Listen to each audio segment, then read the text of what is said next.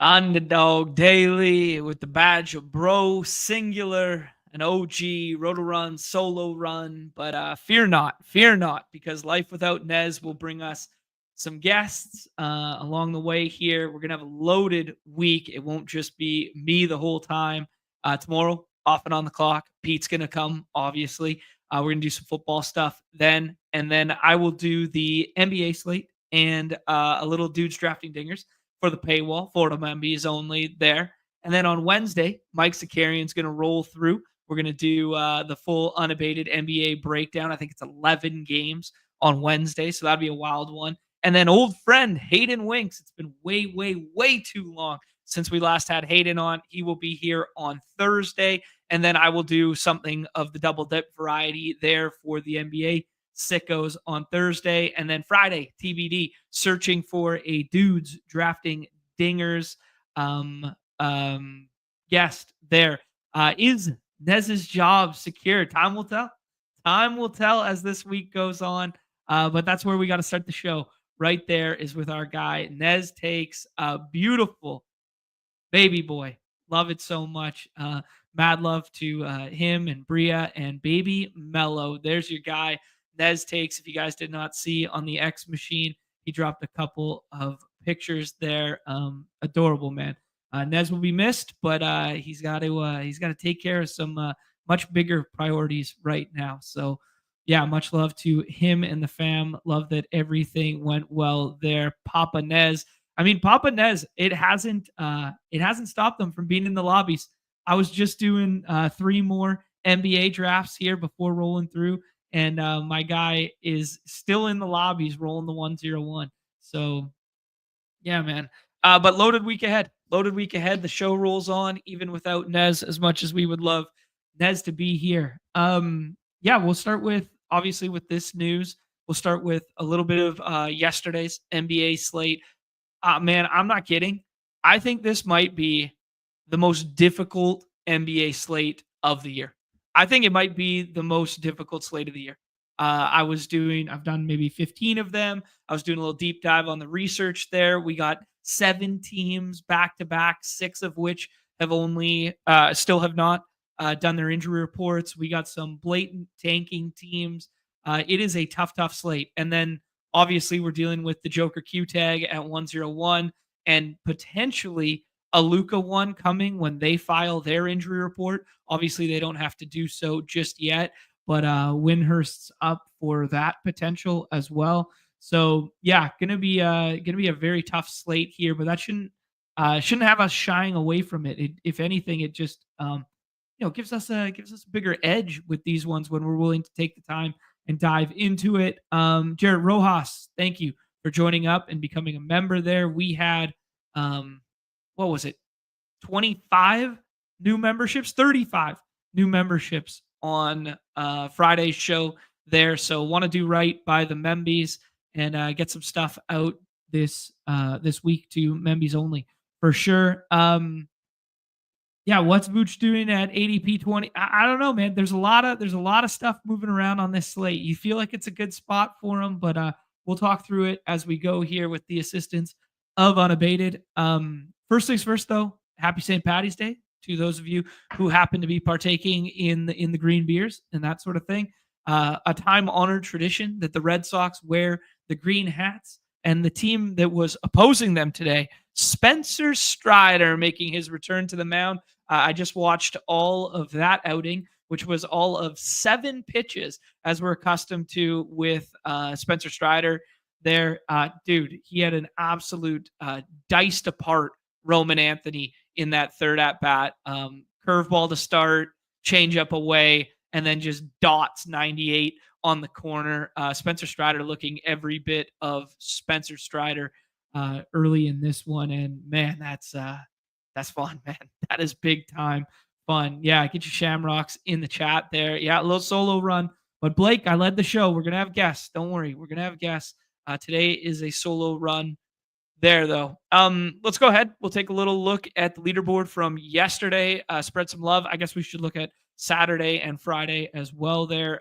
Friday, your boy took a little bit of a bath here. Who took it down on Friday? Our Bearfield our Bearfield, let's get the memory straight here on this slate. Jaw went nuke on this one before sitting the next one. Oh, the Austin Reeves slate there, where we ended up without Luca.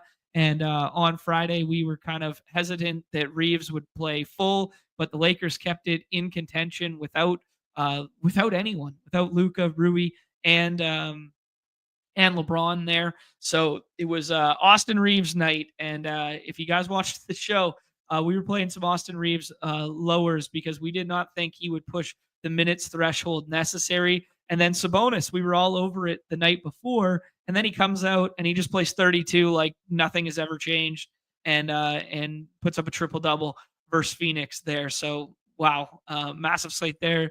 Shout out to our Bearfield. Barely got any in on Sunday, just or Saturday rather. Just wanted to see the leaderboard here. You see our guys, just a guy, JT McKenzie and Spartan all up at the top of the leaderboard. Love to see that. Bound is up there as well, but ZMSQNF takes this one down. SGA and Hallie Slate. Hallie has the Q-tag tonight, coming off of that nuke performance of the 68. Some high scoring fantasy slates in recent memory here. We were dealing with the Jaren Jackson Q-tag for these last two slates there. And yeah, I played damn near full there without Jaw on the second night of the back-to-back. Shocked that he played on the back-to-back at all and then comes out and plays 32, because the Jaren Jackson timeline for his injury, man, it was not supposed to be this quick. It was definitely not supposed to be this quick. I mean, the original timetables, 2 to 3 weeks and this sort of thing. He missed 5 games and then comes back and plays damn near full on the second night of a back-to-back. So yeah, gonna have lots of fun stuff to talk through with the Grizz this evening. And then Sunday slate there, got 45 in yesterday. Jumfrey doing his thing. He's up here again. Jumfrey is an absolute problem in the streets. My guy, Car Park, aka the Troll Co., was up there for a bit as well. Lit up. We haven't seen him in a minute, but doing well. Top fantasy plays, finding his way to the top fantasy plays. Onyeka Okongwu was the third rounder in which you needed, and I was playing Dyson Daniels over Okongwu for the most of the day there. So that one didn't age very well for me. But shout out to Brendan Moore NCY. I'm going with that, unless that's his full last name as Morency. I would go with that, Brendan Morency. Yeah. Yeah. Good week of slates there. Time to dive into this one. And the 101 talking point of the day is going to be these Q-tags. As I alluded to off the top, we have 7 teams on back-to-backs. Let me confirm here. 1, 2, 3, 4, 5, 6, 7 on the back end back-to-backs, and then 1 team on the front end.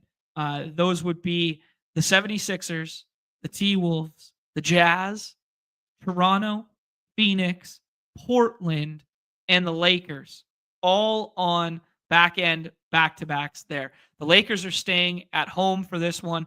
Toronto is moving from Portland to Phoenix.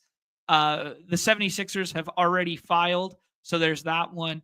Minnesota in Indiana this evening there. So yeah, this is going to be tough because we have 6 teams who have not yet filed. I imagine in about 20 minutes time, we'll get a couple more filing as this information comes in. But yeah, these are going to be some tough teams to parse through because, yeah, I mean, Toronto has been just doing Toronto things. Scotty Barnes plays last night, but then only plays the 28. Yeah, man, it's going to be a tough one today. It's going to be a tough one today. Yeah. Oh, I was supposed to make fun of your dupe team. I didn't even realize. Hey, man, I can't make fun of you being duped when you win. When you win, yeah, you can't. Yeah, Justin said directly accurate on the Reeves lowers. Oh my goodness. Yeah, our gal brain did not pay dividends. It was the hashtag models who scooped with that one, because when the models came out late in the day on Friday there, Unabated had, Reeves at like 6 or 7. Some of the other sites had him way up there as well. And, the ball knower angle was there's no way he's going to get enough minutes to play to this projection. And boy, were the ball knowers wrong on that one. Yeah, here you go. So speaking to the Raptors stuff, our guy, just a guy, Alan says he went to the game last night, that Raptors Blazers game, and he said it's so funny seeing Barnes and Pirtle on the sidelines in a close game. Yeah, it's just so blatant right now. And I mean, I'm soft capping Scotty Barnes at 28 in my mind. RJ doesn't play last night. Scotty plays. I don't know what we're going to get tonight. I mean, I've been full fading Scotty thus far. His ADP at 17 with that Q-tag, second night back to back, only played in the 20s last night. I mean, even if he goes, I really just I don't really want to touch it. I'm scared at that price point. So I've been jumping all over with the ADP stuff. Let's start. Let's start with the Q tags here. The Joker situation and a little bit of push pull dynamic with Steph here. The Western Conference is wild right now in terms of standings. If you guys watched the NBA bit this morning with our guy Mike Zakarian, who's going to be on Wednesday there, he kind of broke it down beautifully. So I'm not going to double dip on that content there. But man, with the upcoming schedules and just the way that this looks right now, like we were dealing with the Mavs at like 5 when the dance opened, like 4-5. We were dealing with the Clippers up at like 4-5 and looked like they were going to push up. Clippers have a tough upcoming schedule. The Warriors are 14-1 since acquiring Jimmy Butler. They're 9-1 in their last 10. They're pushing up. So, I mean, there are a lot of good head-to-head implications about this game this evening between the Nuggets and the Warriors here, just in terms of standings. That being said, we've had Joker listed on the injury report for the last 3 games, last 2 or 3 games, rotating between this elbow, ankle, and he's played through the Q tags, right? But yeah, at some point they're going to have to find these guys some rest with the gauntlet of the schedule in which is going down. Now, is tonight the spot that you find rest? A game that is 6 versus 3 in the Western Conference and is nationally televised on ESPN? I don't think so. I don't think this is the one where you find rest. So like this is the second the second leg of the ESPN doubleheader this evening in Golden State right there. So I'm playing Joker as in, and with the uncertainty of Luka, who smashed yesterday, who had an absolute monster game, wasn't on our slate yesterday because they played in the earlier time slot there. I'm playing Joker as in.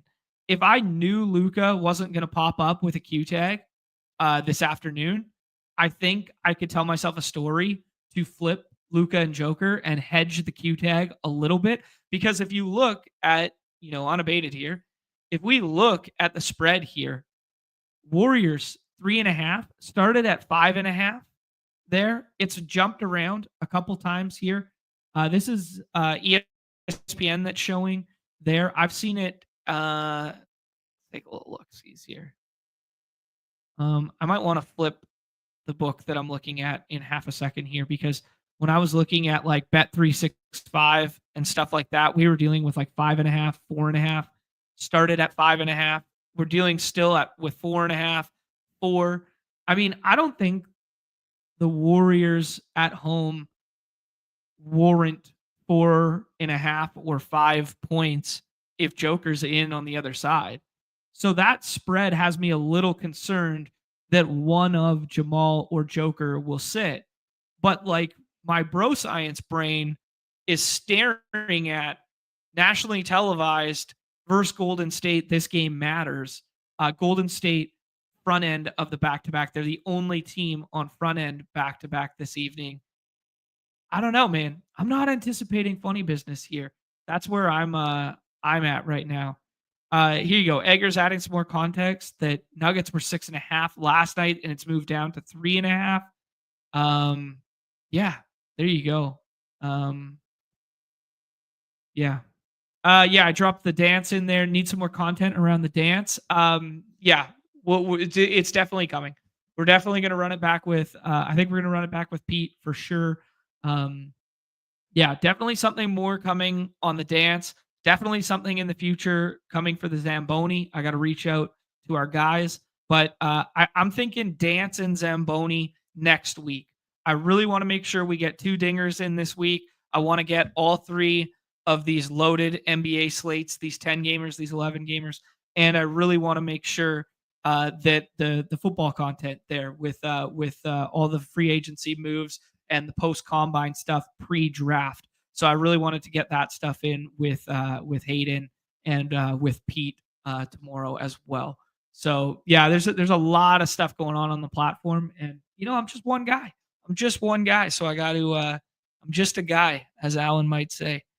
Yeah. Anyways, so it's interesting just to monitor this spread and kind of what's happening there and the upcoming schedule. I know to go back, I clicked away too quickly. To go back to that Denver stuff, Denver is at Los Angeles on Wednesday, and then Denver is at Portland on Friday. So 3 games this week, 2 of which have big, Western Conference implications there, like standings implications.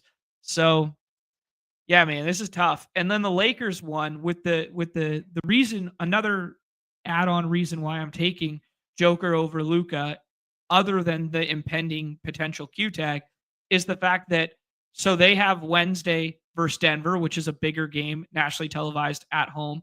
They're going to want Luka for that one. And then they have a back-to-back versus Giannis at home. So like those 2 games seem like way, way more important to have Luka for than tonight against the Spurs as 8.5, 9-point favorites at home. So yeah, and that's off a back-to-back where, Luka cooked yesterday, right? Yeah. Anyways, there's no reason that Luka can't play all 4 at home. But if you're going to find a rest spot for Luka with this home series, it's probably tonight against the Spurs off of the back-to-back. So, yeah, despite Joker having the Q tag on the site, I felt a little more comfortable clicking Joker's name than Luka's name thus far. Yeah. And then I think there's a little bit of push-pull dynamic with the Curry stuff here where it's like I'm just treating Curry as in because I'm treating Joker as in, and that pushes Curry up a little bit on my board. So that's where I'm at. I don't know if I'm right or wrong here, but that's where I'm at. The next 2 are a little more cloudy here because the Pacers with this Halliburton Q. Halliburton comes back and he plays, kind of these 2 mid games. We were joking that he gets outscored by TJ McConnell in that Bucks one. Didn't have to go full against the Sixers in this one. And then when he plays full against Milwaukee on the front end of their back-to-back, he just goes crazy. He goes nuke. The Halliburton, as much as we joke around about never Hallie, man, there might be nobody in the league who's better with the ball in their hand in creation right now. It's crazy. Just the assist to turnover ratios that he has put up this year. It's like he's lapping the field with how many dimes he drops relative to how many turnovers he has. Would I like him to be more aggressive at going towards the basket and taking his shots when he's wide open? Absolutely. But like Hallie from like a pure, dunks and threes and advanced metrics, bird's eye view, he has been big time nice this year. Yeah. All that to say, the most forthcoming team with the injury report has listed a bunch of G Leaguers probable this evening against Minnesota, who's on the back-to-back. I'm waiting for the Minnesota injury report to understand what's going on here is kind of where I'm at right now. Minnesota 7.5-point favorites at home. That has me a little worried that, the Pacers might just take one look at this injury report, go, Siakam's already out. Turner's got the Q tag. Naismith's got the Q tag. Hallie's got the Q tag. Let's just go ahead, sit these guys, play some G Leaguers. Maybe we get Gobert on the back-to-back ruled out on the other side, and then we get a Q tag slapped on like Randall, who's only his 4th game back or something of this magnitude. I'm playing this one very cautiously. That being said, if Hallie is in this game and given the amount of bodies in which they're missing, I mean, it's not the best spot in the world against a good defense that's slightly paced down, but I think he definitely garners an ADP higher than 14 right now. In terms of CLV, I think he will be a big winner today if we get that green active tag early. Yeah. Um, Wolves injury report is clean. Okay, cool. So we got that one already there. All right. That speaks to the spread there. I am looking. Did we get that, Justin? Did we get that as an unabated update already in the Discord?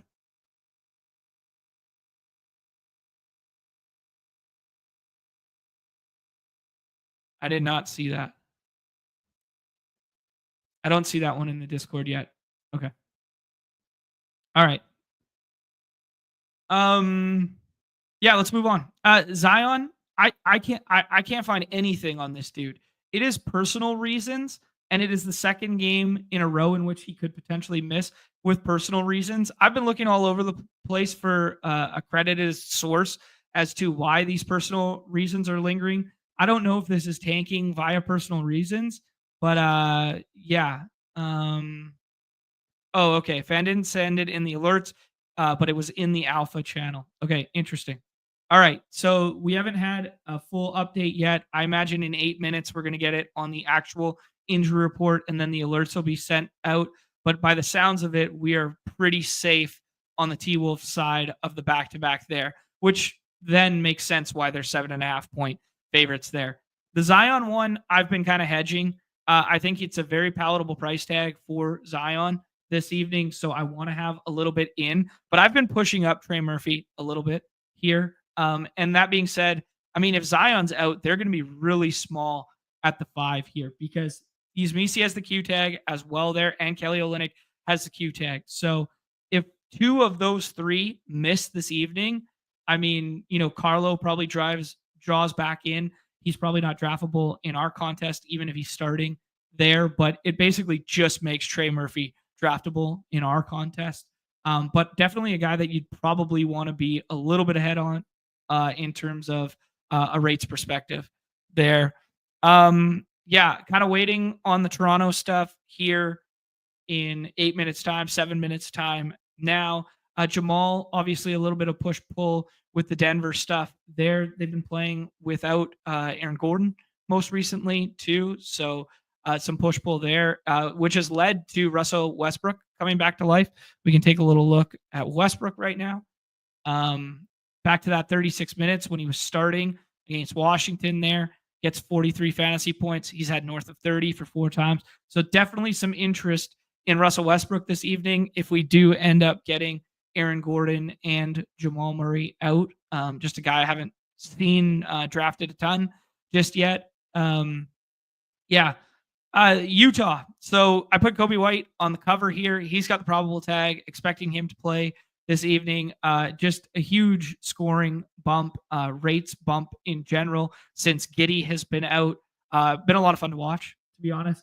So just a guy that I'm trying to get ahead on right now. Vooch hasn't come back to full just yet, but the hashtag models love him thus far today. Played 29 last time out. Utah, second night of a back-to-back when they have been doing their blatant tank stuff. Obviously, the Walker Kessler, where he just flat out did not play basketball the other night as a coach's DNP for this Toronto game, but was listed as active. Second night of a back-to-back for them. I'm expecting some funny business this evening, so I have yet to draft a Utah piece. I think I maybe took a keynote actually in the last round just to potentially have some swappability later there because I'm not anticipating him going this evening. So third eye is open to the Utah stuff, but I want a bunch of Chicago going against, backup Utah guys right now as 5.5 point favorites on the road in a 242. I mean, second highest total on the slate or highest total on the slate? Highest total on the slate. And basically, it's just Vooch in the last round.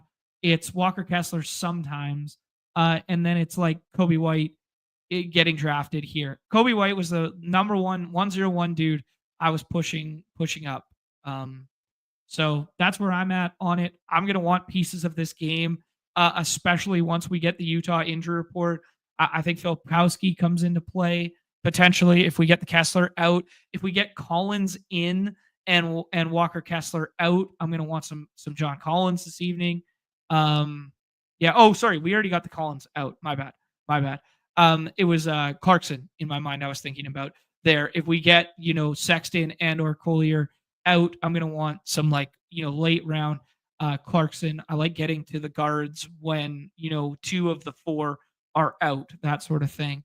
Um, yeah, yeah. So going to be some push pull for late slate dynamics of guys that I think will project well later in the day, being Chicago and Utah pieces.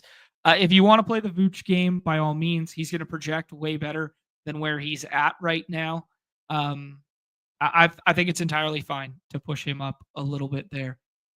The last one to kind of like before game by game stuff is the 76ers stuff.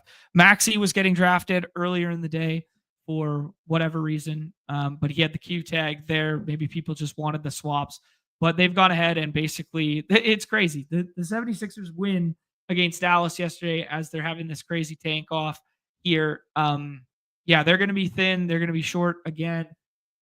LOL, the Quentin Grimes minute limit in quotations, right? Like we got told after this 27 that he was going to be limited in the future, and he's played 39, 30, 32, and put up north of 40 fantasy points in all four of those outings. I was kind of soft fading Grimes earlier in the day, but he's definitely a guy I'm going to want to get pushed up and get some exposure to now. I think in my most recent run, I had him at 26.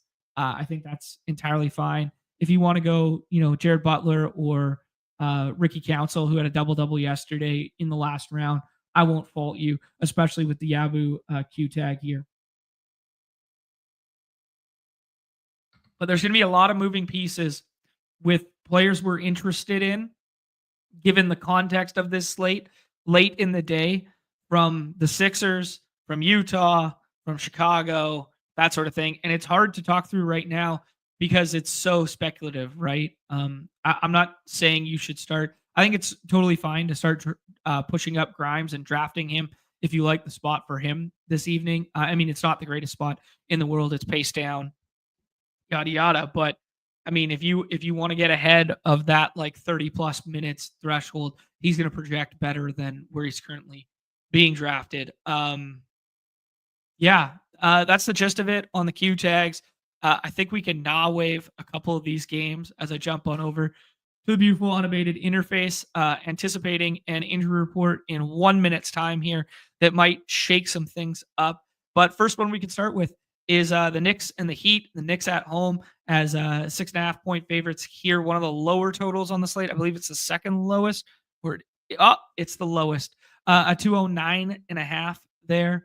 Yeah, this is just kind of gross, man. I think too many of the pieces of this game are going too high right now, and I was kind of soft fading it. Can you get to Cat? Absolutely. Can you take Hart at ADP for sure? But I'm not overly interested in getting over the field on Bam, Hero, Cat, Hart, or OG in the last round. I think they're all draftable pieces. But like that being said, I'm not trying to get there. Things could open up a little bit better for the Heat side of stuff, but the Heat have been just so weird with their rotation lately. But things could open up a little bit better if we get Andrew Wiggins ruled out. It would have me a little more interested in Hero and Bam there. But yeah, they were starting out Burks at times there. They've been mixing and matching with Haywood Highsmith. Ware's minutes have been down. Jaime Jaquez was down and then up again. It's just like a no fun game that I just like don't really want. It's the lowest total on the slate. It's one of the slower games on the slate for a reason, right? Yeah, let me pull up the Golden State game from actually no, not that. I don't want to look at that one. I want to look at the Memphis one that was pace up for Miami. Obviously blowout run came into play here where they closed with basically the B squad So that's why minutes will look down for like the starters um, here. But like they didn't start Ware one of the games, but then they go back to him in this Memphis game, and then he played a lot in this one, played 35 because he closed with like the bench unit at the 5 there. But Slow Mo was first man up, kind of out of nowhere last time. I mean, long-winded way of just saying that like I don't love this game in any regard, and they're kind of all the guys that I was pushing down a little bit right now, and then pushing up kind of like Memphis guys in the second round over it and that sort of stuff. Yeah, heart it feels high, man. Yeah, man. Yeah, this is the thing. Like Justin's saying here, feels like he plays 40 minutes every single night, and it's taking a toll on his body. I mean, yeah, he was the only dude in the NBA for a month there, and we said this while we were taking a bath on the heart stuff a little bit there, where it's like he's a walking potential triple double every single night, but he basically hasn't been the same guy since the Q-tag. He missed a couple games there. I think he missed like 3 or 4, and then he's come back, and the rates have been way down. The fantasy point per minute's way down. So, I mean, you can go to the well because of the minute ceiling, but like it's just not a great spot. Yeah. Um, yeah, obviously, Nick's still without Brunson is kind of the only main injury report to talk about on that side. Second game on the slate, Pels 232. Pistons are 7.5 point road favorites here. As we talked about with the Pels there, it is personal reasons for Zion right now, and the other two bigs in Kelly Olynyk and Yzmisi both have Q tags there. They're managing the contract of Brandon Boston still there as well. Trey Murphy, really palatable at ADP right now. That's only going to move up if Zion gets ruled out for a second straight game. And then the Pistons side there, just G Leaguers listed. And then Jaden Ivey, who we leave the light on, can come back and someday. Don't get caught up in the box score watching of Cade here. Obviously, a nice spot for Cade, deserved of the ADP here. But when you look at his box score, you're only going to see 29 minutes. He got ejected for back-to-back technical fouls on Saturday, so don't get caught box score watching there when you're trying to make your decision at the 103 and or 102 if we get another Q tag today. Cade is entirely deservative. So I pushed down Duran a little bit. The models, I imagine, aren't going to love him relative to the ADP right now, but the ADP has been smacking in recent memory here. So yeah. On the other side of that, I was pushing up Trey a little bit there, just a slight hedge against the Zion stuff. Not full fading Zion at the price tag in any regard, especially when it's just personal reasons and it's not injury related there. But been pushing up Trey a little bit. As far as sixth round viable pieces, Pels have been doing some interesting stuff with their rotation where they've been starting Carlo and Bruce Brown a decent amount there, 32 minutes in that one, 29 minutes in the other one. Not draft game viable for us today, but I would just cap it at, Trey and CJ if you wanted to go there. CJ, definitely worth a shot in the sixth round in my estimation today. 33 minutes last time out, 46 fantasy points. Just a guy I haven't seen get drafted yet and could age like wine if we get the Zion out tag or we get 2 of these 3 Q tags ruled out. So I would be drafting some 6th round CJ McCollum right now. As far as Detroit's concerned, I think it's just Cade and Duran, and I'm not in love with Duran. We have seen a little bit of an uptick. Like Tobias has been shooting more, which is fun. But it's Tobias, right? All these like kind of like floory 30s. He's kind of like the power forward or small forward version of Isaiah Hartenstein, where it's like he's pretty safe in the 6th round for like 30 fantasy points. But like even when he pops off, where is that true outlier right tail ceiling? Like I don't think it really exists right now. Nice to see Schroeder's minutes tick back up to 26, put up 40 fantasy points there. That was with Cade primarily off the floor there. So I wouldn't be chasing that box score tonight either, just because once Cade left, he took on a primary handling role in that first unit, which leads to the uptick in assists there. All right, let's keep moving on. Kind of now waved games there. Rockets at home, 15.5 point favorites. Still without Ahmed Thompson there, but we did get Fred VanVleet, aka Dick Van Meat, back, and he put up north of 40 fantasy points last time out there. So a little bullish on the handling role of that. That being said, man, a little scared of blowout run here. A 221.5, and they're 15-point favorites at home here. Yeah, little skittish on this one to get like really excited.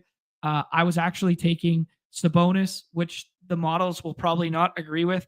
I was taking Sabonis over Sengun this morning. I walked it back a little bit in a couple runs there, but yeah, no Ahmed Thompson. Reed Shepard's still out with the broken thumb, and then the G Leaguers just listed for Houston there. So if we want to take a look at the Rockets here, Jalen Green been playing some nice basketball. Shout out to us, man, who really nailed how Jalen Green is positively impacted by Fred VanVleet coming back 50, 48, 41, just filling it up in a big way there. I don't mind him at ADP. There are targets around him that I do prefer. So I was kind of, if he happens to fall at 21 or 22, I'm fine clicking it. But I'm a little skittish on blowout run in this one. And knowing that, it actually makes me like Tari Eason in the last round more than Fred VanVleet. I saw a lot of people taking Fred VanVleet, trying to get ahead of this spread and total and the minutes in the 6th round there.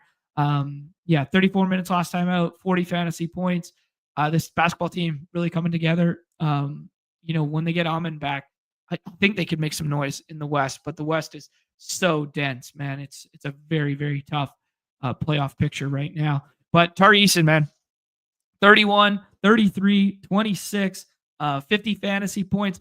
Just a guy who we know he can fill it up from a rate standpoint, both in terms of stocks and across multiple categories. In the 6th round right now, I think he would be the safest to stay in the starting lineup over Jabari Smith, and then also play a little bit longer than like Fred VanVleet this evening. So I was taking Tari Eason in the last round as kind of like my favorite Rockets click right now, but just knowing that it's extremely volatile. All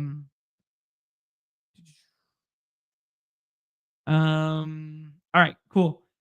Justin giving us a little good context here. Raptors don't play till 10 p.m. Eastern tonight, so they're not going to have to file their injury report until 4 p.m.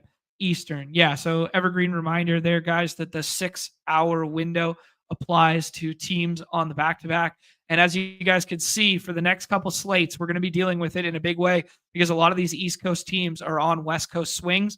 We got 1, 2, 3, 4, 5 games starting north of 10 p.m. here. So we're going to have to be waiting for injury reports for another couple hours here for some of these teams for tomorrow there. And I guess there's going to be some push-pull because the two teams that are facing off that are both on back-end back-to-backs are the Suns and Toronto. And I imagine when one files, the other one will file and follow suit, kind of matching Q-tags in some capacity there. Actually, while we're talking about it, let me look at Phoenix just for 1 second for yesterday's game against the Lakers. I did not watch any of the daytime basketball. I watched a little bit of the evening game there. I just wanted to see what Bradley Beal's minutes looked like. 15 minutes. What happened here? Guys, fill me in the chat with Bradley Beal, please and thank you. Nick Richards returned after the Q tag. There, Bull was coach's decision. Yeah, they've been running with this like Royce O'Neal starts if Beal misses instead of Bull starting. It was Connor Gillespie who started the second half there. And yeah.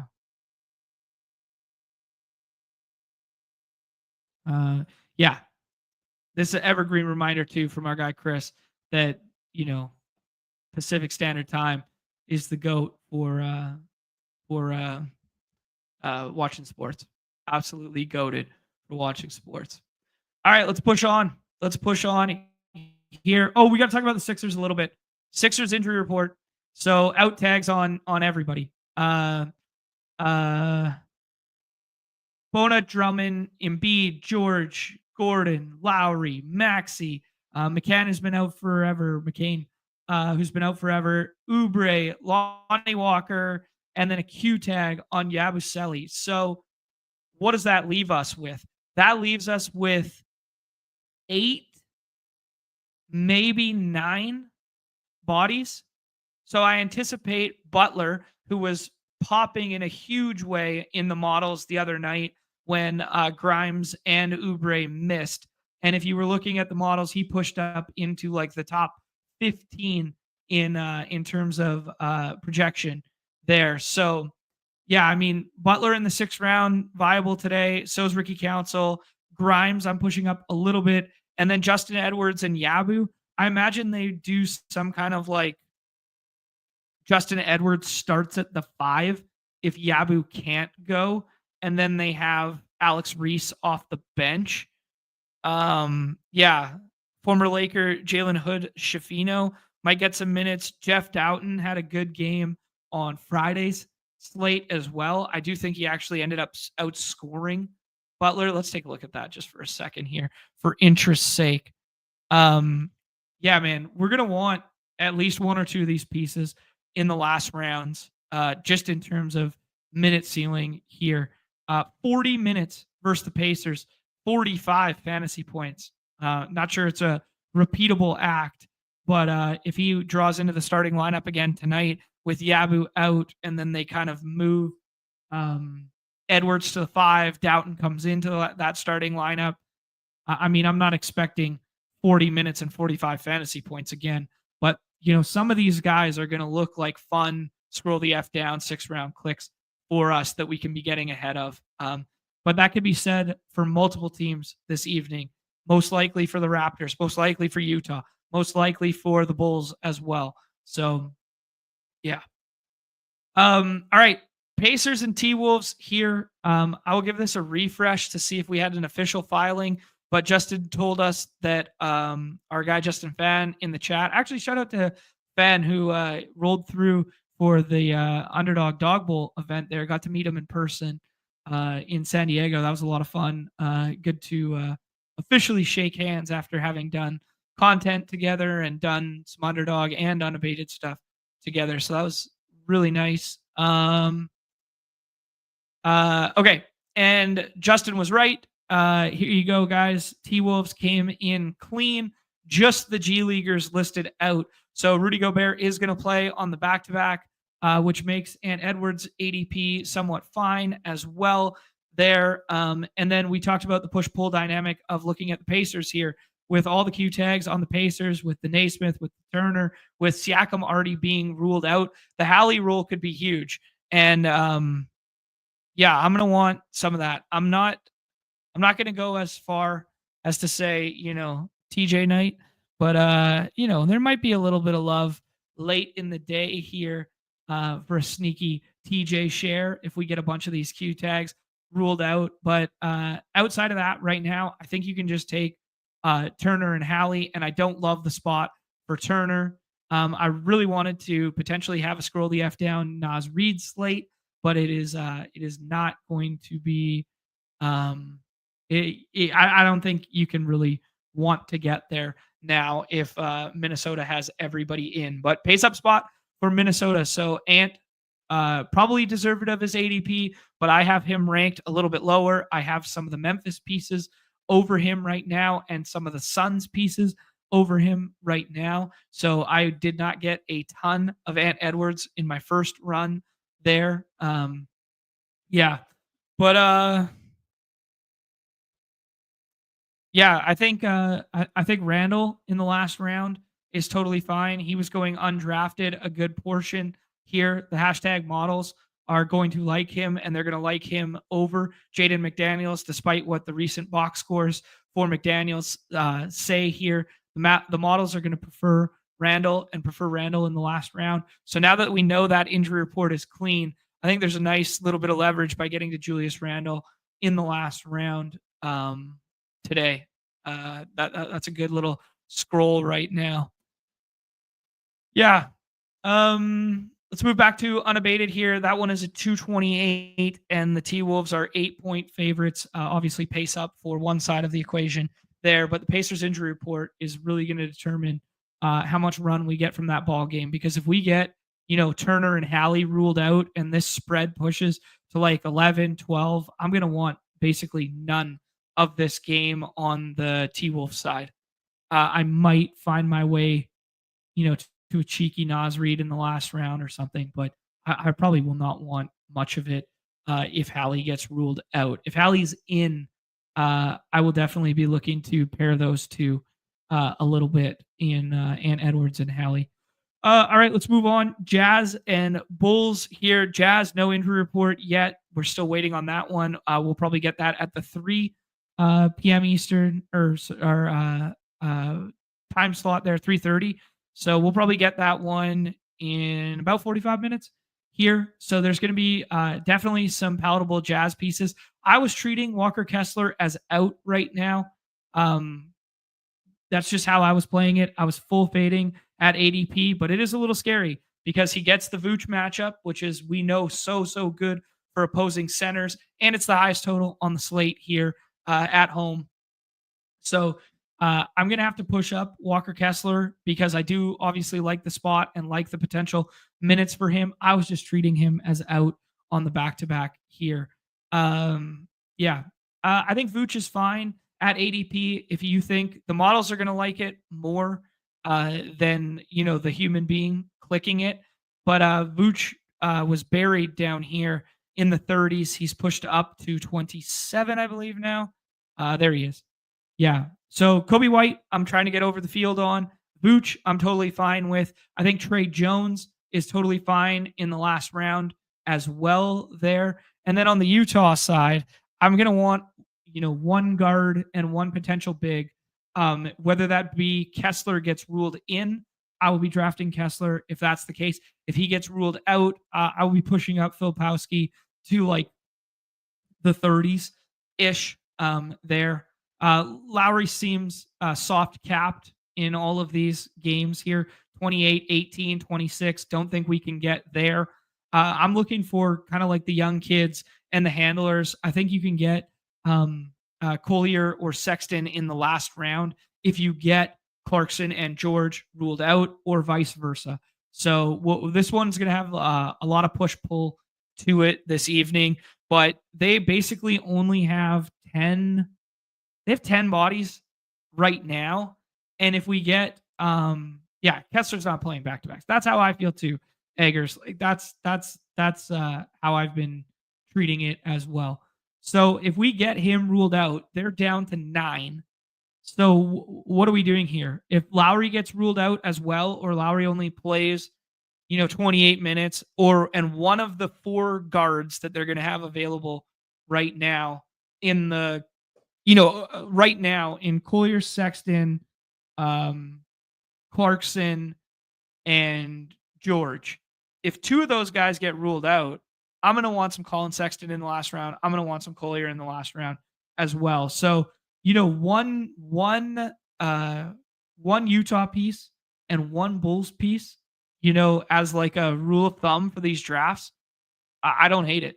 I don't hate it. Like, just playing from the highest total game environment there. But just be mindful of the quiet quitting of what we could potentially get if Walker Kessler is in. But I'm playing it as out. Let's go back to Unabated here. My second favorite game on the slate here is Kings and Grizz. No Ja Morant this evening, who went off 2 games ago and now is going to miss his second in a row here. JJJ was back, played up to 32 there. Sabonis played 32 coming off the hamstring against the Suns the other night. Not worried about minutes there as well. Kings has 3-point favorites at home, which is slightly surprising, I guess, here. Yeah, but neither of these teams dealing with back-to-backs. 1 day rest for Memphis, 2 days rest for the Kings here, expecting them, pretty close to full minus Ja, and that makes me quite interested in a pace-up game here with a tight spread. So this 236.5. Interesting little note in the Discord earlier today that GG Jackson, who had actually started a game recently before JJJ came back, I think he's sent on G League assignment now and expecting that he's going to be out on assignment. So that's weird with Santi Aldama doubtful and with Scottie Pippen Jr. with a Q tag and Jaw already ruled out, that Memphis could be thinner than usual. That being said, they still have a shit ton of bodies because they just have so many moving pieces and so many bodies that they always work in. But I like getting over on Bane in the second round right now. I like JJJ, but not quite as much as I like Bane this evening. And then if we do end up with Scottie Pippen Jr. out, I think there's a non-zero chance that you can throw a dart in the last round at like a Luke Kennard if he starts and he ends up with that like 31, 32 minutes. It's thin. Don't get me wrong. They probably still run, 10, 11 deep here, but, second highest total on the slate. And we'll have not a lead handling rule, but we'll have a decent handling rule there. But just really, really like Bane this evening is kind of like my 101 takeaway thus far. And then on the Kings side, Sabonis, you got to pay the price for at that like 6, 7, 8 range. I was taking him over Ant and Sengun thus far. I don't know if that's right and or wrong. The models probably won't agree with me on that, and he'll probably rank like 7th or 8th when Unabated comes out later today. But DeRozan is probably my favorite auxiliary Kings piece, and he's readily available in the back end of the 5th round and front end of the 6th round there. And then Levine and Monk are free. You can have them whenever you would like, and I'm intrigued by that because this game stands out to me as one that I want to get to right now. Justin, with a little bit of context here, that Kessler played a back-to-back 3 weeks ago. I think he might be in this evening, but assuming Lowry sits. Okay, cool. All right, good contest there. The Memphis Piss Boy telling me that's Cam Spencer's season. Yeah, I love that. I love that so much. Cam Spencer is the TJ McConnell of my generation right now. He's fun to watch. He did end up closing, what was it, 2 or 3 games ago?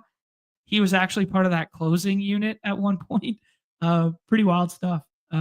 Yeah, Cam Spencer getting some burn right now for the Grizz. Not draftable in our games, but yeah. Okay, Raptors and Suns. Here's the shit show fest right now. 225.5, 8.5 point favorites for the Suns. The Suns were in LA yesterday versus the Lakers, and now they are traveling home. Only an hour and a half flight or whatever it is. They played a day game yesterday. They played an evening game today. Raptors are traveling from Portland to Phoenix. The Raptors at the best of times have been quiet quitting. Let's look at the popcorn machine from yesterday in what was a decently close game for them in a 3-point affair there versus Portland.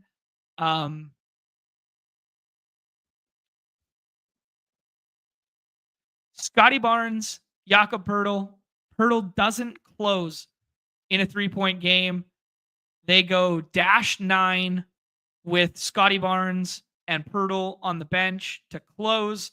They run the second unit here with Castleton, Lawson, Sheed. Oh, no, sorry, not Sheed even. Ojiak Baji and Orlando Robinson closes here. They go -9 and they successfully lose the game. Me saying Lowry instead of Lowry? Yeah. Lowry. There you go. What's up, Paul? Rolling through. There you go. Yeah. So even if Scotty Bolway plays tonight on the back-to-back, I think my favorite potential piece this evening would be RJ. RJ sat the front end. I imagine they do something with like him and Scotty shifting, or like him and Pirtle shifting or something. But that being said, he's still only playing 27 minutes. And Suns have been good for fantasy recently. Um, yeah. I just I want to be the guy to get there. I just don't trust it in any regard. I don't know how you can trust the minutes. Like, I think if you're chasing minutes on a back to back, you got to go to, some of these dustier guys, right? Um, yeah, who knows if Boucher is going to come back tonight? He's missed like 5 in a row as well. I just don't trust any Raptors piece right now.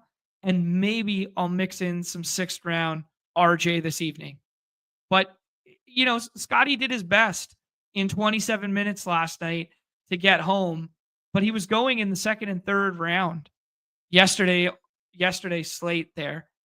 I mean, 24, 25, 27, 27. Like, can he still give you 45 fantasy points?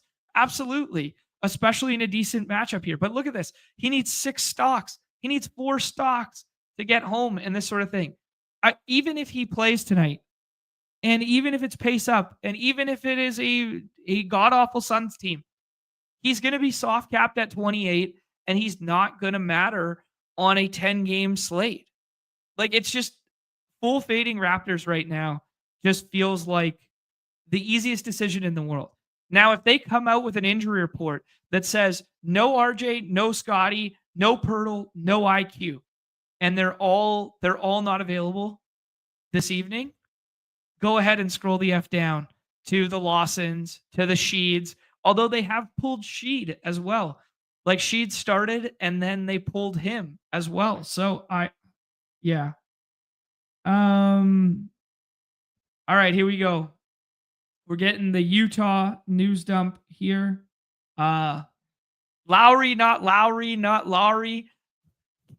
Markkinen has a questionable tag right now. Yeah, they refuse to play Boucher for sure. Yep, Luke Kennard's season. I think it's fine in the 6th round, pending the injury report. I think it's fine for a scroll. I don't mind it. I hit on that one a little bit there. Yeah, this is interesting too. Like Justin saying, like the full tank confused them because they were completely dead for Cooper Flag. I think they're trying to protect a pick. I think the narrative with the Raptors tanking is that if they finish in the top 6 or 7, that their pick is protected for this year. So I think they're tanking not for Cooper Flag, but they're tanking to protect a potential high value pick next year. I think that's what it is. I'm pretty sure that's why. All right, so we got the Sexton out. Let's do this here. We're jumping back over. We'll go back in time, rewind to the Jazz stuff. Sexton's out. Clarkson's questionable. George is questionable. Markkinen questionable. Springer out. So that means my previous Walker Kessler fade did not age very well, and he's probably very deserved of his ADP right now. That being said, he was a coach's DNP 2 games ago. So if he comes out and doesn't play basketball this evening, despite being in the starting lineup, I don't know. But if we go think through it now,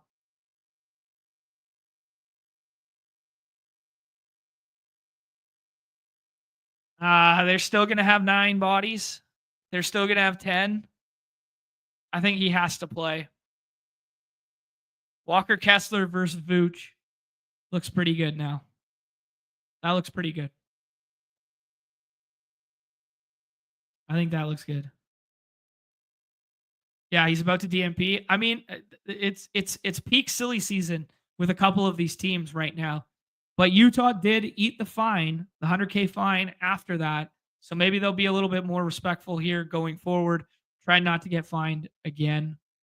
But that's wishful thinking, man. That's wishful thinking. All right. Suns side here. Anticipating no Beal tonight, right? No Beal in the back-to-back, left early yesterday. Anticipating that. Let's go check out Phoenix on the popcorn machine. 1 second here. Richards, your guess is as good as mine. He came back after that Q-tag absence, only played 19 minutes. He missed the 2 previous games against the Rockets and the Kings there. Might sit the back end of the back-to-back as well, which would bring Plumlee into the starting lineup. So anticipating like a Booker, Durant, Plumlee, Royce O'Neal, Tyus Jones unit. Interesting to note that they started Colin Gillespie in the second half of that game once Beal was ruled out. And there's been like some vocal comments from Kevin Durant that they love that guy. So I wouldn't put it past, something funky happening there. But I think the safest assumption is one of Plumlee and Richards at the 5. We're not probably playing either of them, so it doesn't really matter. I think it's Booker and Durant. They're both draftable today. If one of them gets a Q tag or gets ruled out on the back-to-back, I could see pushing the other up to like ADP 8. You can flip those 2 ADPs right now if you want to. Don't see anything wrong with it there. But 39 for Booker, 36 for Durant yesterday. These games mean a lot to the Suns if they want to have any sniff at this play-in tournament in the West. They're right on the cusp right here. Dallas is going in the opposite direction. They got to win some ball games here and give themselves a chance, because I think them as an organization feel that if we make the play-in tournament, if we have one game against the T-Wolves, that anything can happen in one game when you have Devin Booker and Kevin Durant and potentially Bradley Beal. So I don't think they're going to take this shit for granted. I think they need a win against the Raptors on a back-to-back. And without Beal and potentially without one of the 5s, I think both of them have to play tonight. We're going to get that information in about 2 hours' time. I'm treating him as both in right now. And pending where you look for the hashtag models, some places have Booker ahead, some places have Durant ahead. Evergreen reminder that when you're going with this ADP, that if you just go and flip these 2 ADPs for a couple drafts in your rankings, you're going to get some unique constructions and probably not get them paired together a whole lot. So I did it a couple times this morning. All right. Yeah, free Bol. I think maybe they just found out that Bol is not that great at basketball, and he's fun for fantasy, and he's a fun fantasy contributor when we fire him up in terms of a rates guy. But yeah.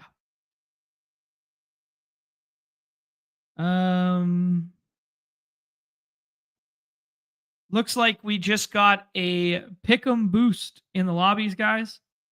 50% boost on MLB entries for MLB opening day series in Japan tonight, 3 a.m. Pacific Standard Time. MLB season starts in Japan with the Cubs and the Dodgers there, which is very cool because it's a showcase of 5, 6 plus Japanese born players in Japan. Very cool stuff. But yeah, if you guys want to go ahead and get a pick'em built for tomorrow morning, aka tonight at like 3 a.m., 5 a.m., I guess it's 6 a.m. Eastern tomorrow. So tomorrow morning for most of you, there is a 50% boost in the lobby for Japanese opening day. All right. Let's move on here. Nuggets and Warriors. I'm not going to have the full conversation again. It's nationally televised. The game means a lot to both these teams. Joker's played through these Q tags already. 4.5 at the redacted F duel here are now down to 4. A 236. I'm treating it as Steph plays this evening and that Joker plays this evening. I think this game means a lot, and national television is enough of a driving factor for them to play through the Q-tag. Warriors front end back to back. They get Giannis tomorrow night, I believe. Yeah. I don't know. That's how I'm treating it. I don't think you should draft it any other way. But that being said, I think Jimmy Butler is fine at his ADP. If Steph gets ruled out, he's only going to rise.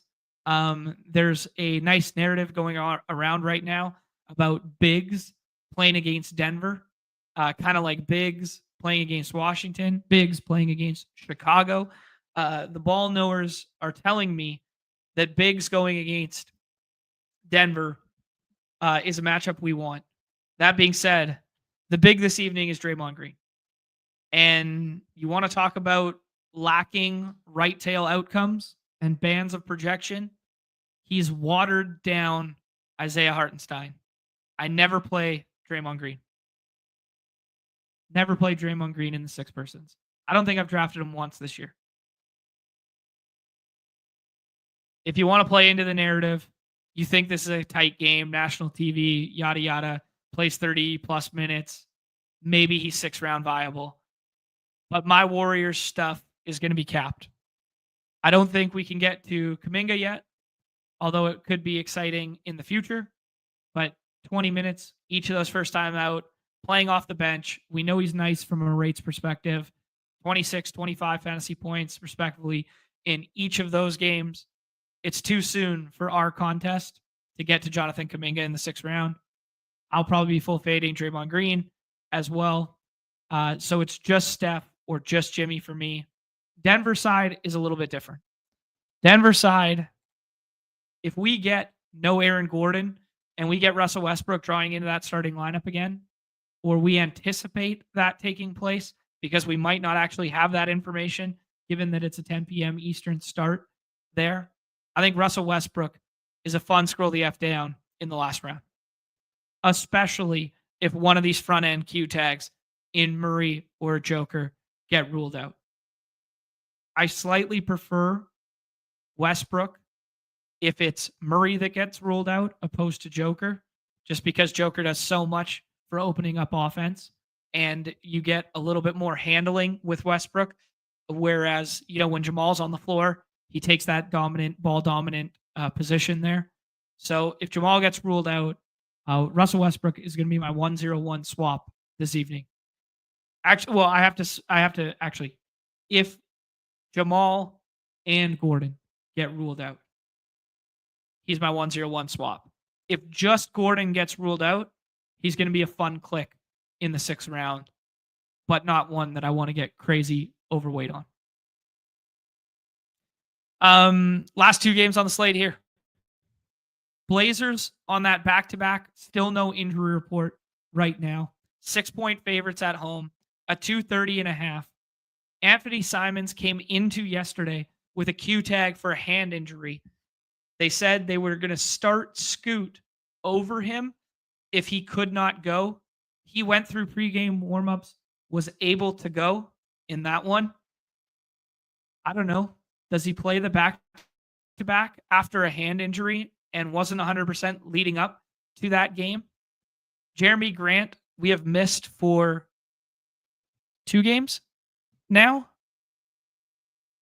3 games now.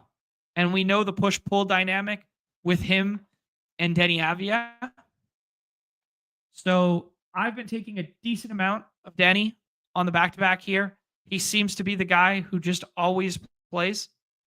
And if there's no Grant and we're missing at least one of the other guards, Denny Avdia looks like a great bet for 35 minutes in a pace-up game versus his old team, revenge game narrative. Denny Avdia is a guy I'm looking to get over on right now in the 5th round. He's going to project way higher than that if we end up with at least 2 of those bodies out on the back-to-back for the Blazers. Let's look at the popcorn machine for 1 second here for yesterday, just because I did not have time to do it before the show there. Go back to the other side of that ball game. Kamara was the scroll the F down. Not even a scroll the F down, but he was the 6 rounder in which you needed yesterday. We had 1, 2, 3, 4, 5, 6 Blazers play north of 30 minutes yesterday. Scoot did not close and came off the bench, but he was one of them there. If Simons is out tonight, I anticipate Scoot starting. As you guys can see, Time Lord still not getting burned there. So all the run in the world for Klingon. If we like the narrative of fives versus SAR or fives versus the Wizards in general, I think Klingon is a fun click in the last round. That being said, he's been getting it done on the glass, but has not been scoring in recent memory. Fantasy outputs here, if we go and look at the Blazers, 14 boards, 12 boards, yet to push that double-double stuff, but north of 30 minutes in 3 straight, letting the young kid play at the 5 with Ayton and Time Lord being out is it's been fun, but it hasn't resulted in those big 50 fantasy point outputs that we're all dreaming of. So I think Denny is a great pick right now. And then I think mixing and matching any one of these guys in the last round will be good. I'm anticipating at least one of Grant and someone else sitting, most likely not Denny or Kamara.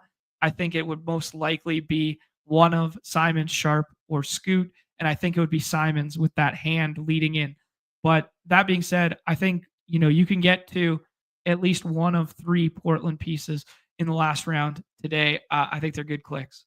I think they're entirely fine clicks there. Blazers have not officially submitted yet, so yeah. All right. Last, I guess we gotta do the Wizard side too there. We had ourselves a pool party on the weekend there.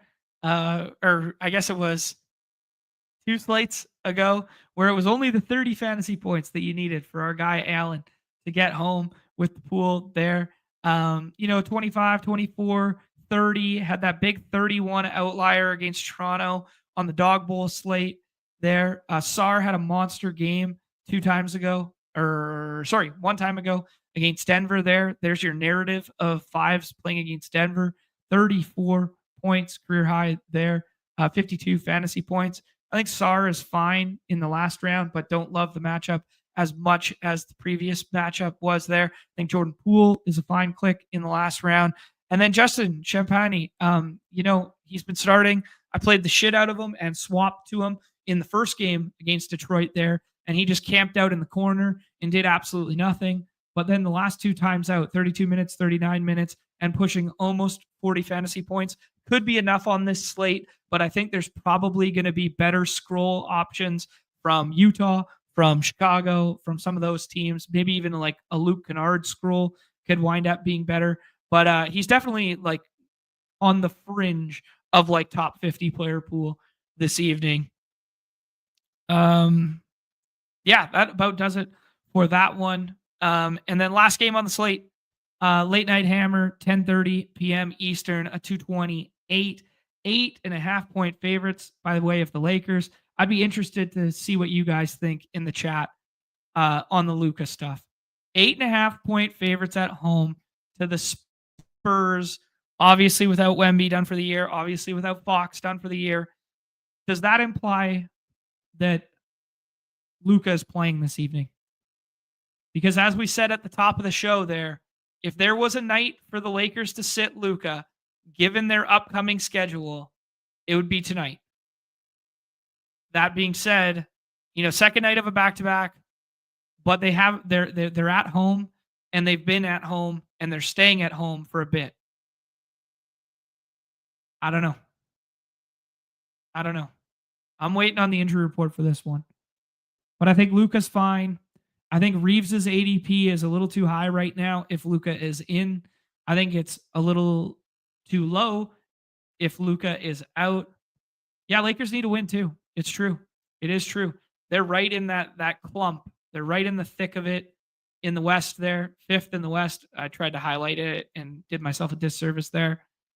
6-4 in their last 10, 2.5 games up on the Warriors. They are 1 game back of this big clump of Rockets, Nuggets, and Grizz.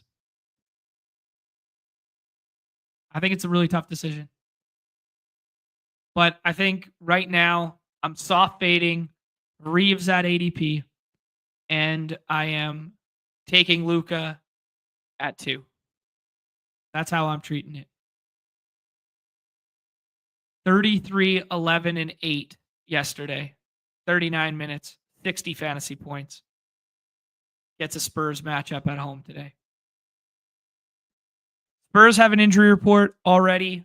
Obviously, the players that are done for the year that we listed prior to Jordan McLaughlin with the Q-tag, Charles Bassey listed as out, Malachi Branham on the G League assignment. Those are kind of the only guys that matter for our player pool, that matter in terms of implications on our player pool. In terms of guys that matter for our player pool, basically just Vassell and Castle in the last round. I think they're fine. I think they're going to project, better as their picks. I think if you just want to flip Castle for Vassell, if you think Vassell is getting drafted more frequently, it's entirely fine. But north of 30 minutes in all 5 of his last games, there, north of 36 fantasy points in 4 out of 5 of them. Vassell's getting his shots up, man. I like it right now. They're letting the young guys play. I think the ceiling is probably a little bit higher with Vassell in terms of the scoring output. I think in terms of the stock potential, the Castle ceiling is a little bit higher. I think I will project Vassell ahead. Some of the hashtag models will have Castle ahead. So, yeah.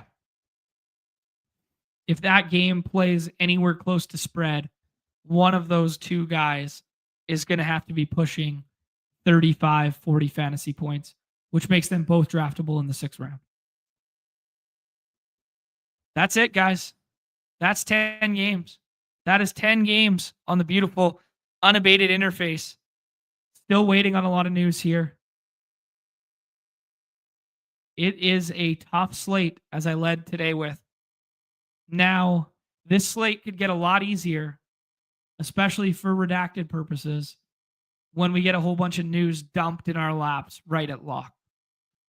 Unfortunately, for our games, that's not going to benefit us too much because we have to make those decisions right now. And then we got to find ways to swap there. So the decisions that I am making right now, Suns guys in, Denver guys in, Luka in, Hallie taking the Q tag if it falls, but not pushing it up yet. He will project way, way better than where he's at right now, though, in the future if he's in. Zion, same thing. Full fading the Raptors right now. Yeah. That's basically where I'm at. Sixers, trying to get a little Quentin Grimes in my life. Maybe a scroll the F down in the 6th round, but probably waiting for news. Kind of out on the Knicks and the Heat today. But they do at least feel like safe clicks for good basketball players right now. Let's do this. Let's hop in. Let's see what this looks like. We got 37.8% filled right now. I might have had to give that a refresh. Let me check this out. We got to be higher than that, unless everybody's just scared of the news today. Yeah, 38% filled right now. All my friends, we're scared of the news right now. We're scared of the news right now. It's a tough slate. I was not kidding. This is fair. Eggers is right. Hero and Bam feel okay if Wiggins doesn't go. But we got that Wiggins Q tag right now. And that Heat rotation has been really difficult right now. Really difficult. That being said, Bam and Hero are probably exempt from the difficulty of said rotation, right? Yeah, all the New Yorkers need to move. Yeah, the fill rates getting impacted by our friends in New York. Hopefully that's resolved soon. I have no inside information or anything. I know there were a couple articles circulating in the Discord there. We'll get a boots on the ground take from Zakarian on Wednesday, I imagine. But yeah, I have no inside info. That one shocked me as much as it shocked you guys when we found out live on air on Friday there. Yeah, unfortunate, but this has happened once before in New York as well, right? And it's the ramifications of dealing with state by state laws that are different everywhere. I mean, yeah, yeah, exactly. Metal Vault. I hope it's resolved so soon as well, my friend. Speaking of friends, we got friends and family in this room. We got Bound. We got Winky. Shout out Winky. Had a fun time at the Dog Bowl with him. He was fanboying our guy Brendan Jennings there. J Cam hanging out, and Chris, winner of last week, is hanging out as well here. I know the total and the spread tells me Sengun. The models are going to tell me Sengun. I'm telling you no. It's the bonus this evening. Pace up spot. Triple double his first time back. Let's go. Kevin Durant. There you go. Chris is pushing up to the other side of the board. I think Ant Edwards is fine right now, but with all the bodies in, it gets me a little skittish. I want to play a little game correlation, I think, with this Sabonis stuff. Jaren Jackson Jr. is fine right here. Let's flip the board. Let's take Desmond Bane in his place. I think you can flip the board with the Bane and JJJ. I think you can flip the board with the Booker and Durant. I think it is wide open after the first 3 picks, and that 3 pick is not Karl Anthony Towns for me. It's Cade Cunningham. I think you can kind of do whatever the F you want in this one today. We just got a news dump from our guys at Unabated. It is Zion Williamson present at shoot around. They have upped the conditional projection to 55% to play this evening. And it looks like Bound got that update in real time as he takes Zion there. You want to talk about a team that could age better today? How about Joker's in, Luka's out, and Zion's in? Look at that team Bound just cooked up from the 101. Steph Curry's going to project much better than that 14 ADP if he plays. Same with Hallie at that 16. It feels very similar to the Trae Young slate of last week, guys. This is where I'm pushing up Kobe White. I know he has a probable tag, but the rates are up. The minutes are up. They're running out of bodies in Chicago. This could be a track meet. Let's just ape in to the 2 highest total games on the slate. Full fade Scotty. I think Jalen Green is fine. I think Jamal's fine if you think he plays.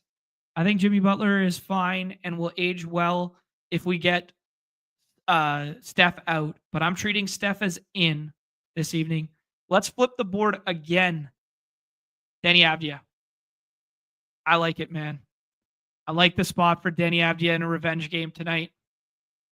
I like it.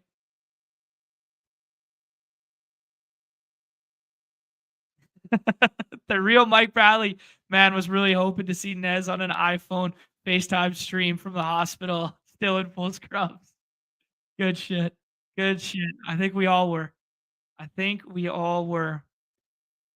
Here comes the Raptors news dump. RJ Barrett out. Jakob Pertl out.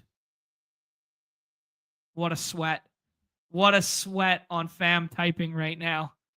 Come on, Justin. Come on, man. Give me Scotty Bolway out one time. Come on. Those are the first 2. That's it? Oh, no. Quentin Grimes goes right there. Out on OG. I think Vooch is fine and he'll project better than this. I think Trey Murphy is fine, even if Zion is in. I think this is a fine price tag for him, but we want to do some scrolling here. Let's take Devin Vassell. Vassell playing some good basketball since Fox has been out. He just looks kind of in control out there, guys. I know that's like a bro science-y, like hand on the hardwood take. Vassell looks like he's in control out there. We talked about it earlier this year too. I was like, why is he not getting more burn with the starting unit? Vooch goes in front of us. We could take another piece from that Memphis game, DeRozan being my favorite of the bunch. I think Randall is fine as well. He'll project in this vicinity. But we're going to scroll again. We're going garbage time. Tari Eason. Cooking. 15-point favorites. Tari Eason.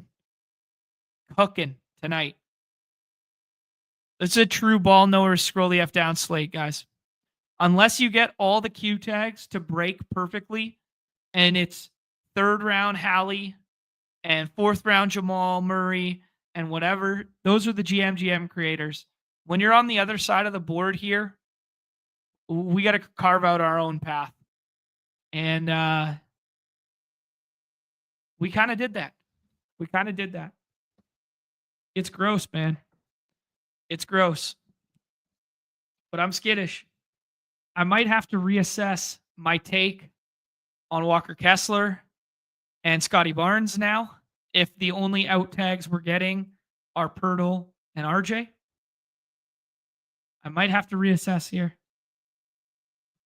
I might have to reassess that Scotty and Walker Kessler are no longer full fades for me. But I am still scared, man. Big time scared of those minutes. Big time scared that even if Scotty's in tonight, can he pay off a third and or fourth round ADP in 28 minutes? The models are probably going to tell me he can. But I don't know.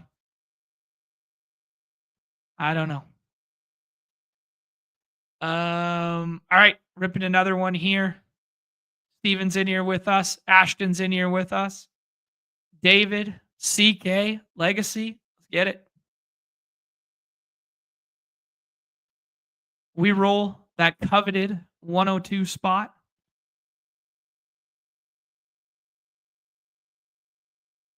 We're going to treat Luka as in for this draft. I think he plays. He's got to play, right? He's got to play.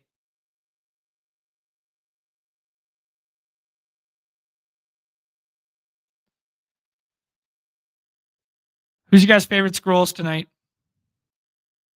Can we get to some auxiliary Toronto pieces now? Jamal Shed? Probably not. Lawson? Probably not. I think these are great slates to play low volume and be unique on. Now, that being said, if you're a volume drafter, just continue playing volume and mitigate and keep slamming your edge. But my point is, if you are a low volume drafter, I think these slates are really impactful and beneficial to you. Because I think there are flipping the board options all over the place. I think there are scroll the F down options all over the place. Like if you want to do like Star and Klingon in the last round, or you want to do Jordan Poole and Westbrook, or you want to do Tari Eason and CJ McCollum because you think Zion is still a risk to sit. Like there's so many ways to scroll and get unique this evening that it's largely at benefit to the hand drafters who are only playing, a handful of entries. Because you can make some concerted ball knowing assessments. Reeves has been falling back. That's kind of like the norm right now. I like Booker. I like Bane. I think I prefer Bane. I'm going to take Bane again. He's on the cover for a reason. Trey Jones as a scroll. Love it. Chris is all over it. Trey Jones feels like a great scroll. You get a piece of that up-tempo, second highest total on the slate. 2 bad ball clubs going back and forth. Trey Jones just dishing out dimes. I like it. I like it.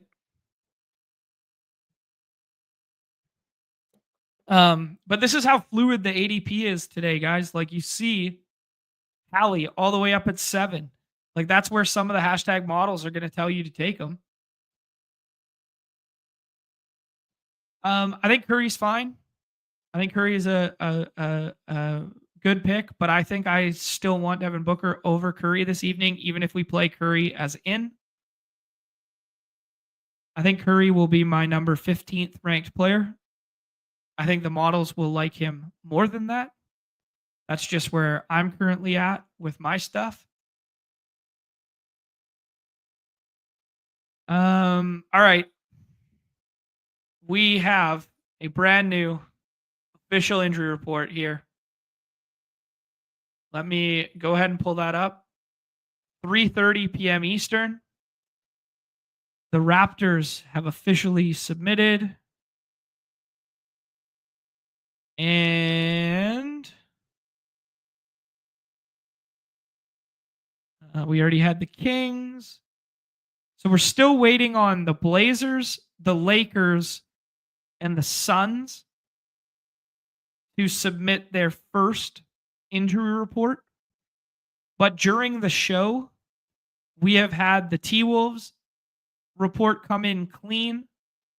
We have had the Utah report come in clean for Walker Kessler, but Q-tags on Clarkson, George, and Markkanen. Springer and KJ Martin and Sexton out. And the most recent Raptors, all the G Leaguers, some of the G Leaguers listed as out here. Oh, we're back on the clock. Scotty Bolway goes at 22 there. I think Jimmy Buckets is a good pick here. I think Jalen Green is an okay pick. I think he's a fine pick. The spread in that game scares me. I think we can go ahead, take Jimmy here. I like it with or without Steph.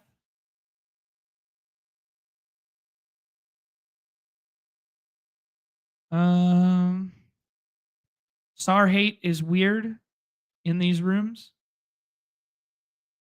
230 total. Guy plays 30 minutes. Can't fight it. Damn, I wanted Grimes to come back there. Kind of unfortunate. I think Vooch is fine here. I think Sar is probably fine. Let's take Jamal, play the Q-tag game, get a little game correlation with the Jimmy Butler, and then we'll have a scroll with our last pick. I'll put the board up here. Okay, let me think about this for 1 second. Where is Holmes on the injury report? He is not on the injury report. Let's see what the Holmes minutes have looked like in tandem with the SAR stuff. 19, 21, 17, 16. So SAR has still been playing after that one game that Holmes missed. And then he came back and played that 22. And we got a little bit worried. SAR is still playing 30 plus. SAR's a good basketball player too, man. He can shoot the three. He does a little bit of everything. In the hashtag let the kids play movement, he is kind of has the safest role as the starting five, with 30 plus minutes in his bag. SAR feels like a fine click. Feels like a good click. There's just a ton of that kind of archetype today. And I think we want to click him more because of the box scores. What has taken place recently. I think relative to projection, ADP 32 is entirely fine. Interesting to see David take Obi Toppin there, playing like the whole Pacers out I think he's more of a redacted play than a underdog play. I like Vassell. I think Poole's fine. I think Randall's fine. I think Klingon's fine. We already said Westbrook was fine, but probably better off on not a Murray team. The Portland news, pending how that breaks, anyone Portland in the last round is probably fine. Fred VanVleet's fine. Trey Jones. I'll pump the brakes on the Filipkowski stuff now that we think we're going to get Walker Kessler. But yeah. Okay. Back to the Toronto injury report to close it out. RJ out. Grady Dick out. BI out. Jared Roden out with the G League. Jakob Pertl. Jacoby Walter out. So that's going to leave us with what? That's going to leave us with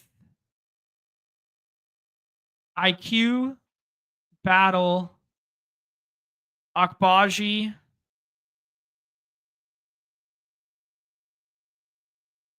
Scotty, Orlando Robinson, Castleton, Shee, Lawson, Mobo, Boucher. What a fucking dumpster fire. I don't know, man. I still don't think I can take him. Oh, Garrett Temple too. Garrett Temple as well. My bad. I still don't want Scotty Barnes today. He's going to project way better than his current ADP, but I still don't want him.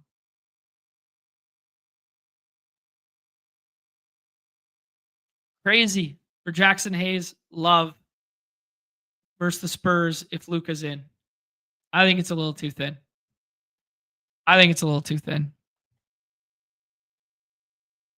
29 minutes, 36 fantasy points. I think it's fine, but I think it's a little too thin. At least we've seen some ceiling. Jackson Hayes is probably a better pick than Draymond Green, just because of the leverage, the ceiling potential, and the fact that he's unowned. Excuse me. But there are so many palatable 6-round picks. And what I'll forecast what's going to happen today, guys. What's going to happen is the models are going to all funnel us to the same 5 scroll the F down plays that are going to be popping when we get news, you know? And you're going to want to find some pivots off of them because everyone is just going to be jamming the same plays over and over again. And the 6th round's insane. You can do whatever the fuck you want today. There's literally 25 players that are going to project between 36 fantasy points and 32 fantasy points. And you could pick any one you want. So pick the one that's not owned. Right? Got a little Luka lobs. Maybe a little correlation there. Yeah, David talking there how he went with the OB flyer on there. He's definitely a redacted play. But if Turner sits and he starts at the 5, still not the greatest matchup in the world. Dealing with Gobert, Naz Reid, Julius Randle. That's a lot of size. OB more of a salary play. But I see it. I get it. The meat gazer took an extra shot of Jameson after the rundown. Yeah, man, it's ugly. It is ugly. Shout out to Turbotron. Took down the puck slate last night. Mad respect. Killing it in the puck streets. It's got to be heartbreaking when John tells you your scroll is too thin. Some of them are a little too thin for me tonight. I just think there's going to be a lot of minutes opening up. Like, I think I'd rather take Ricky Council right now. I think I'd rather take Jared Butler, like those kind of guys. And maybe that's just because there's, at least a solid 30-minute floor on a tighter rotation. But that's just kind of where I'm at right now. Fun slate. Fun slate. Crazy slate. Very difficult slate. Big time ball knower slate. Let's take a little look here. Unabated DFS pick'em tool. Obviously, evergreen reminder that the projections aren't out for another, 45 minutes. So we're going to have market-based projections. They're going to be showing some huge edges, as you guys know, that don't exist right now. Because this Kevin Herter lower will actually be on sliding something, but the slide you cannot play a lower on, so it's irrelevant. But we can just look at some of the raw numbers compared.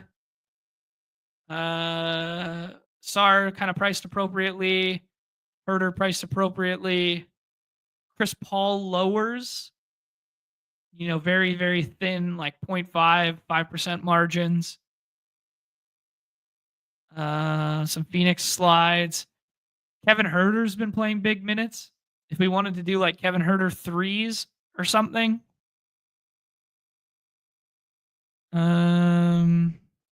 Yabu, we're not going to know with the injury report. Dan Wells, yeah. Yeah, guys, I think what we're going to do is we're going to do the pick'ems in the Discord. That's what I'm going to do. I'm going to do share the pick'ems in the Discord. What up to the DFS King? I'm going to do the pick'ems in the Discord there for everyone when the projections drop and when we have more concrete news. Because right now it is going to be crazy volatile and crazy speculative.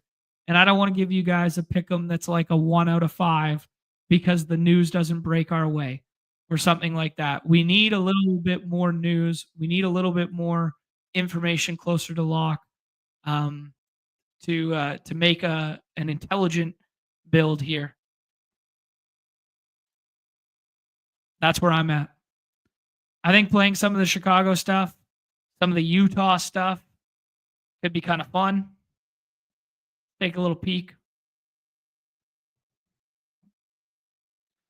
But there's a lot of push-pull on this slate right now, so I don't have a pound the table for you.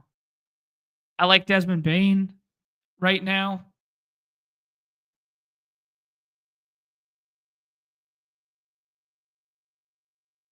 Kevin Herter, threes with a multiplier, been playing big minutes recently.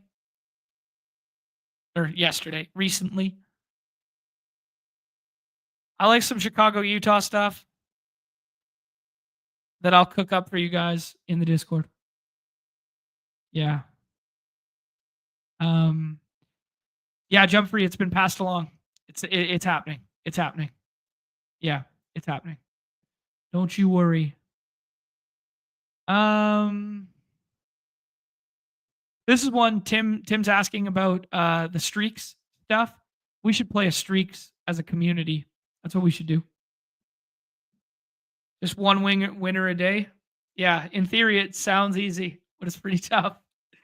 I got you. Maybe we should do a streaks as a community. The problem is it's primarily only available on mobile, so it's hard to show on stream. But we could definitely do a streaks thing together in the future. All right, guys, that's all I got. Keep your ear to the street for the news that is coming. It's a very fun slate, but it's a very difficult slate. And I think a lot of people are waiting right now for the backdated information. And then that information is going to come. And then the models are going to spit out the answer. And then everybody's going to jam the same fucking shit over and over and over again because the models told them to do so. Find a way to pivot off of it. I'm telling you, I'm forecasting what's going to happen today.